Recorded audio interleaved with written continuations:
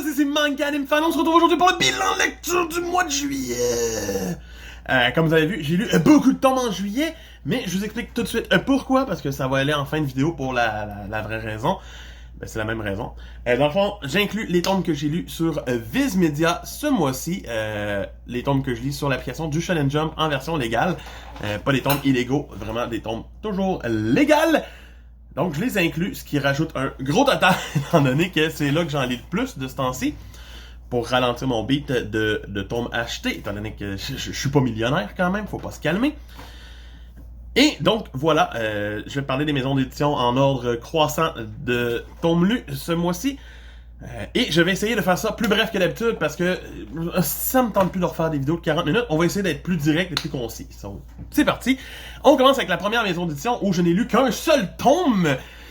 Meian Édition avec le tome 16 de Grand Blue. Un tome qui m'a fait totalement rire encore une fois. C'était Déjanté. Cet arc où Iori part avec Shiza en voyage et qu'on a notre autre binôme qui les suit. Et Tilajan, j'ai vraiment adoré. Les petits moments sous l'eau sont aussi, encore une fois, très bien dépeints. Et c'était... Ben, c'est ça, j'ai rien à redire. C'était un sans faute.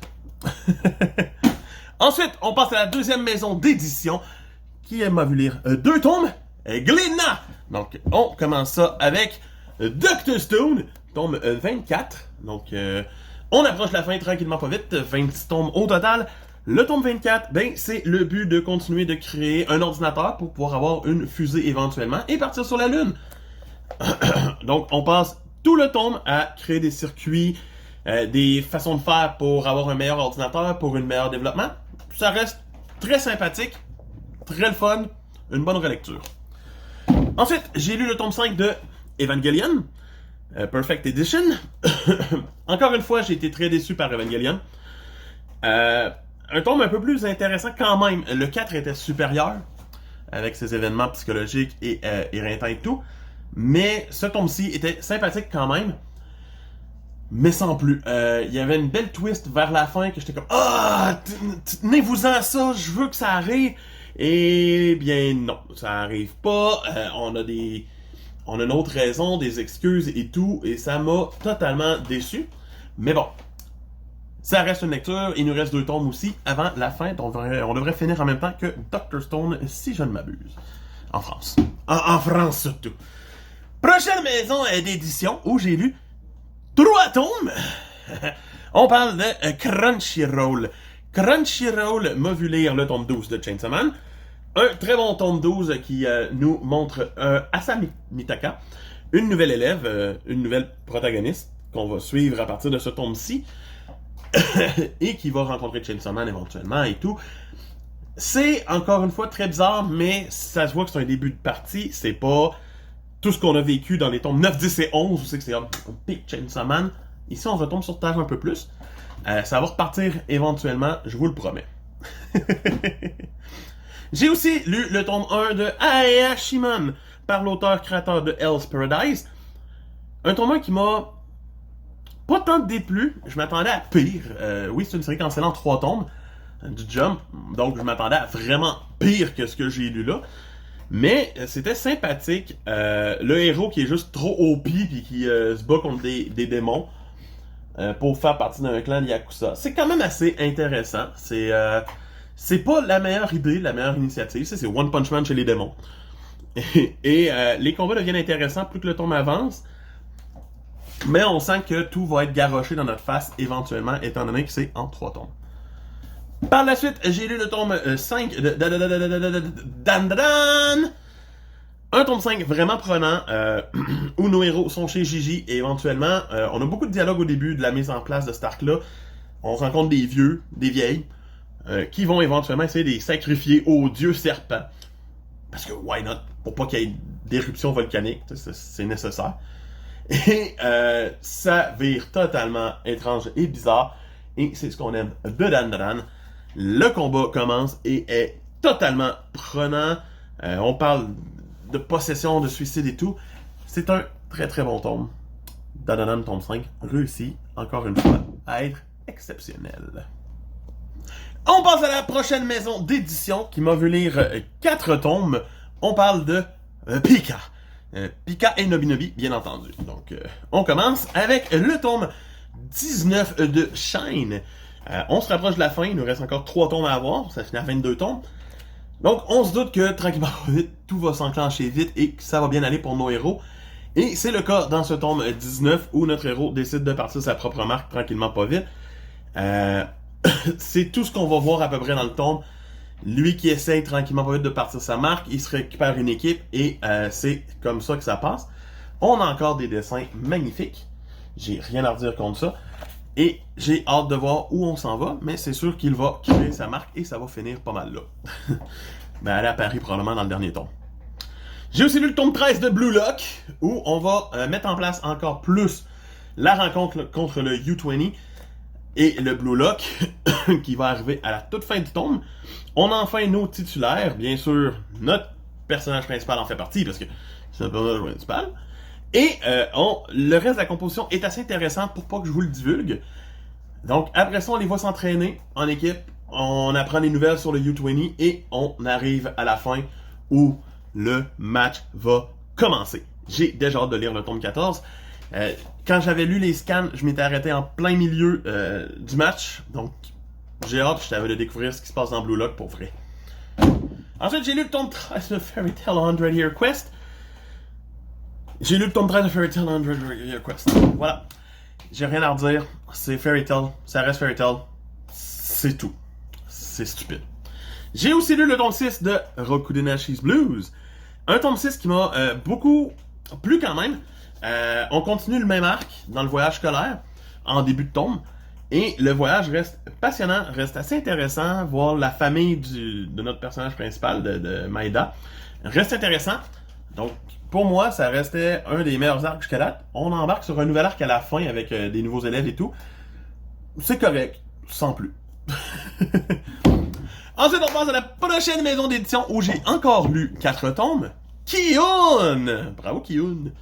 J'ai lu My Hero Academia, tome 35, où on démarre l'arc final solide. On démarre les combats.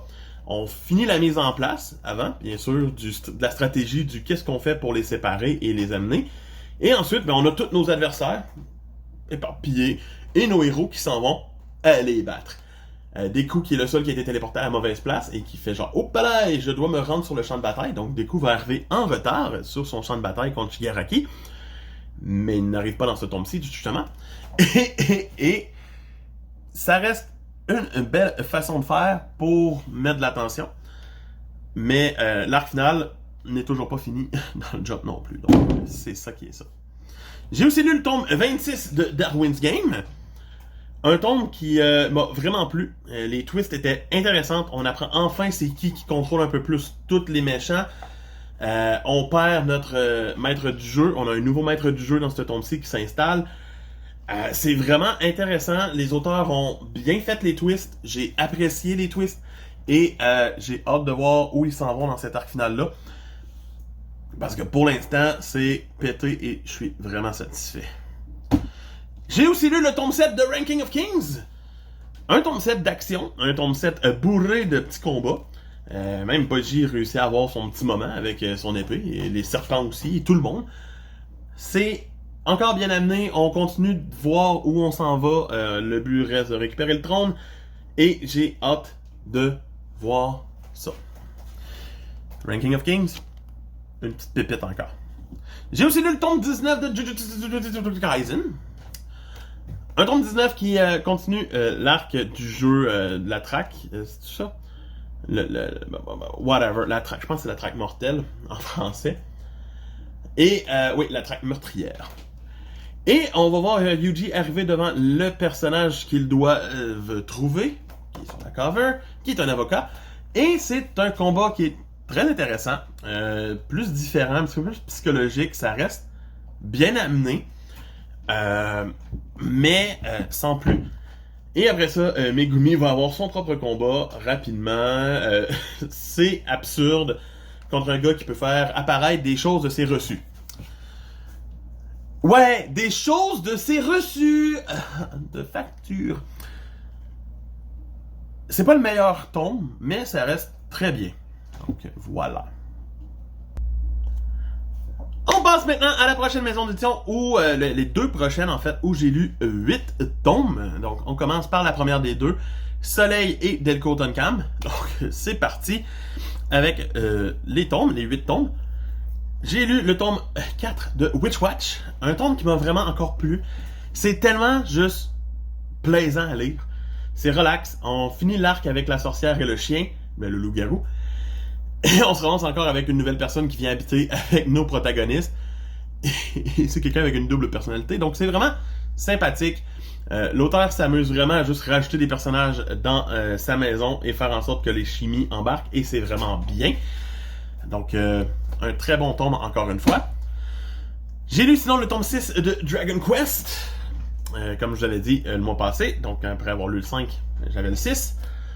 Le tome met en place la suite de l'histoire tranquillement pas vite, mais pour moi c'était très fade, j'ai presque pas de souvenirs, puis je l'ai lu en début de mois, donc j'ai quasiment pas de souvenirs de ce que j'ai lu, mais Dai se ramasse contre son père d'une certaine façon, qui est ici, et qui serait son père finalement, et il doit se battre contre, ou le joindre, ou autre.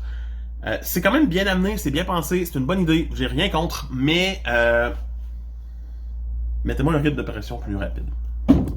J'ai aussi lu l'avant-dernier tome de Darling in the Franxx. Un tome solide, vraiment rempli d'action et rempli de petits retournements qui m'ont vachement plu. Dont Zero Two qui se fait posséder à la fin par la méchante. Mais c'est pas elle qui se fait posséder, mais elle se fait un peu contrôler. Elle se fait posséder, elle se fait contrôler. Et ça reste très intéressant. J'ai hâte de voir où ça va se terminer dans le prochain tome, que je vais recevoir pour septembre ici, comme je vais le commander pour l'avoir le plus rapidement possible et vous en parler le plus rapidement possible. Donc, vraiment, j'ai hâte. J'ai aussi lu le tome 2 de Blue Books. Un tome 2 qui m'a plu beaucoup plus que le tome 1. À part le fait qu'ils ont marqué le date et un date. Moi, je suis comme, non, au Québec, on dit une date. J'ai une date avec une fille, pas un date avec une fille. Ça se dit pas, c'est pas beau, c'est désagréable. Parce que oui, notre protagoniste Taiki va avoir une date avec Shinatsu. Et c'est une très belle date. Vraiment sympathique. On a plus de sport dans ce tome-ci, beaucoup de badminton, mais ça reste intéressant de voir le mix entre romance et sport.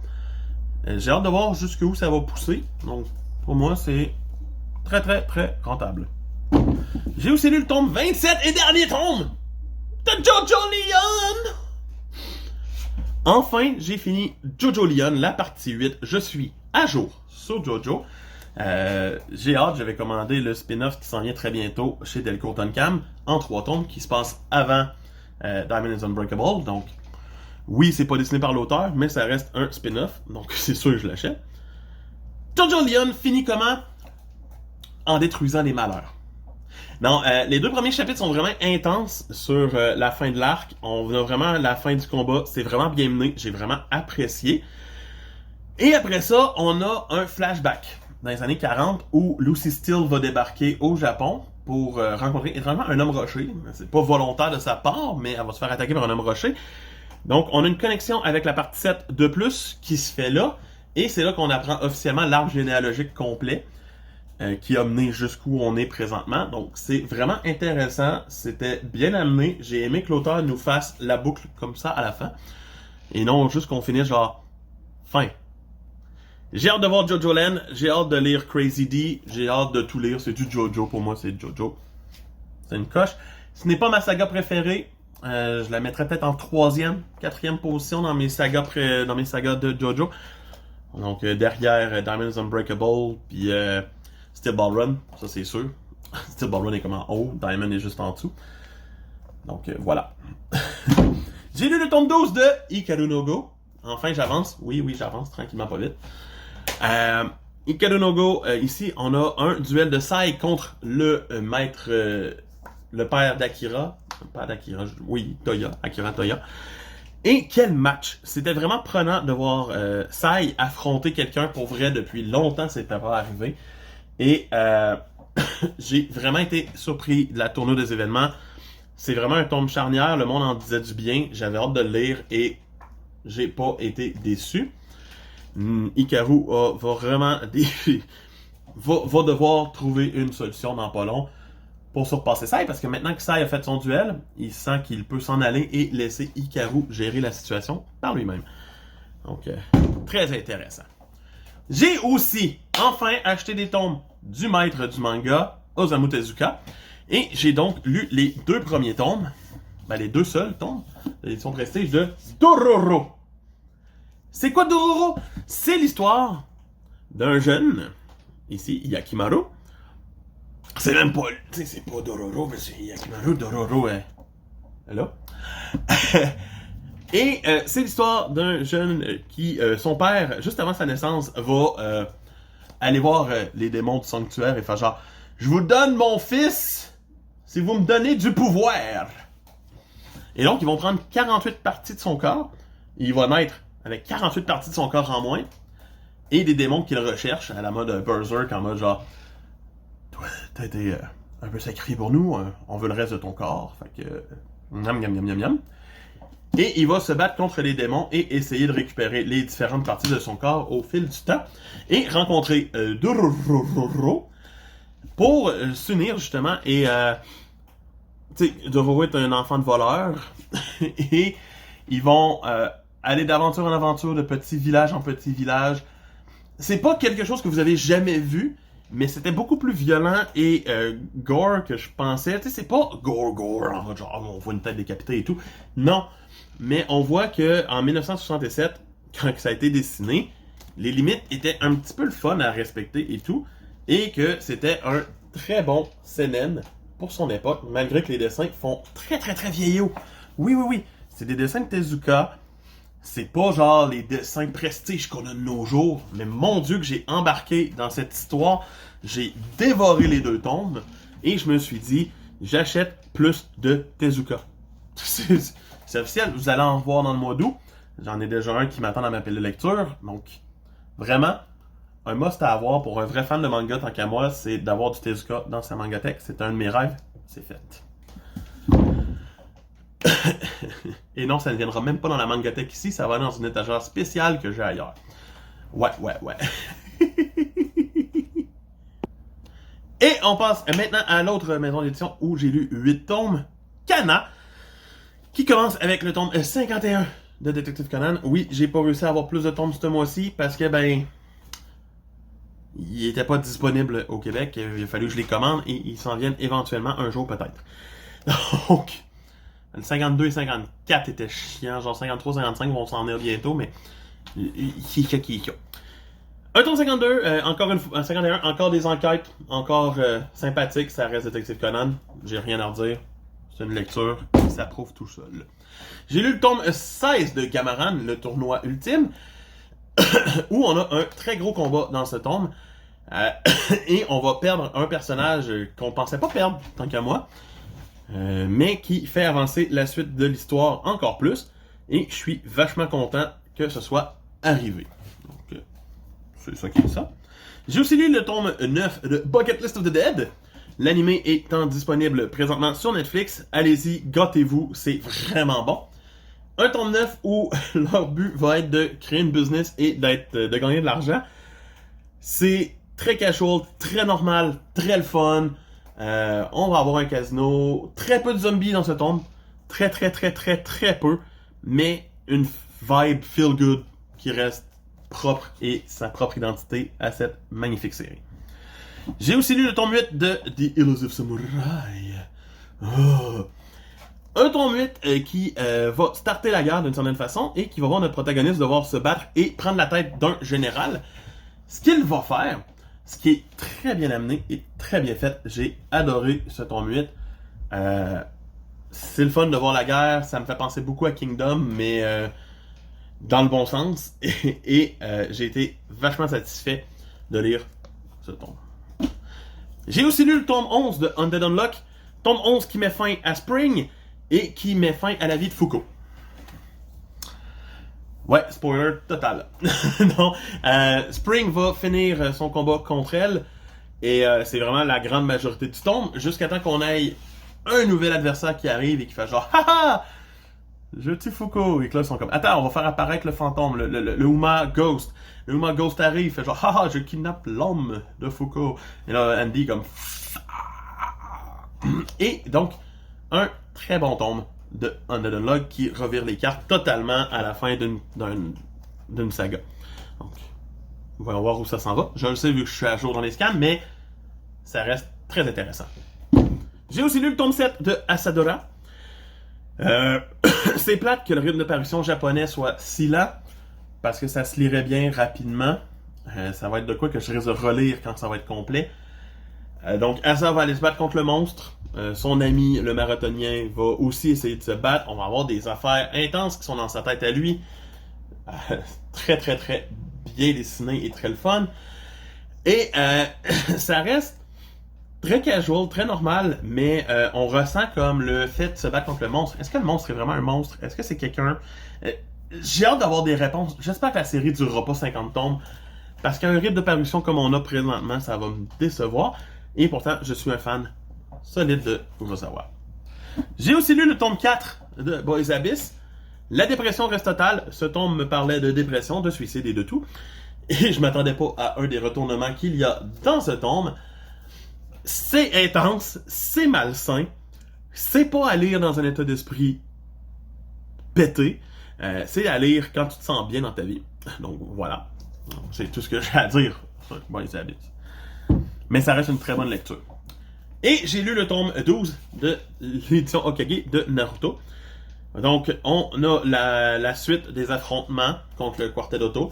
On a Kimimaro qui arrive, et éventuellement Rock Lee et la gang du sable, donc Gaara qui arrive. C'est toujours le fun de voir les planches en aussi gros. Les combats sont vraiment le fun à lire. J'ai hâte d'enchaîner parce que, enfin, il ne me reste que l'équivalent de 3 petits tomes. Donc, après avoir lu le tome 13, il va me rester la moitié du tome 14 Okage à lire dans ce format avant que je découvre vraiment les nouvelles planches couleurs et tout de Shippuden, où Canon n'avait pas fait de grande version. Il avait juste fait les 27 premiers tomes en grande version à l'époque, pour les 10 ans si je me souviens. Donc voilà. Et maintenant, pour terminer, on va parler rapidement des mangas que j'ai lus chez Viz, qui c'est là que j'en ai lu le plus. Officiellement, j'en ai lu 32. Ouais, 32. 32, c'est plus que la majorité.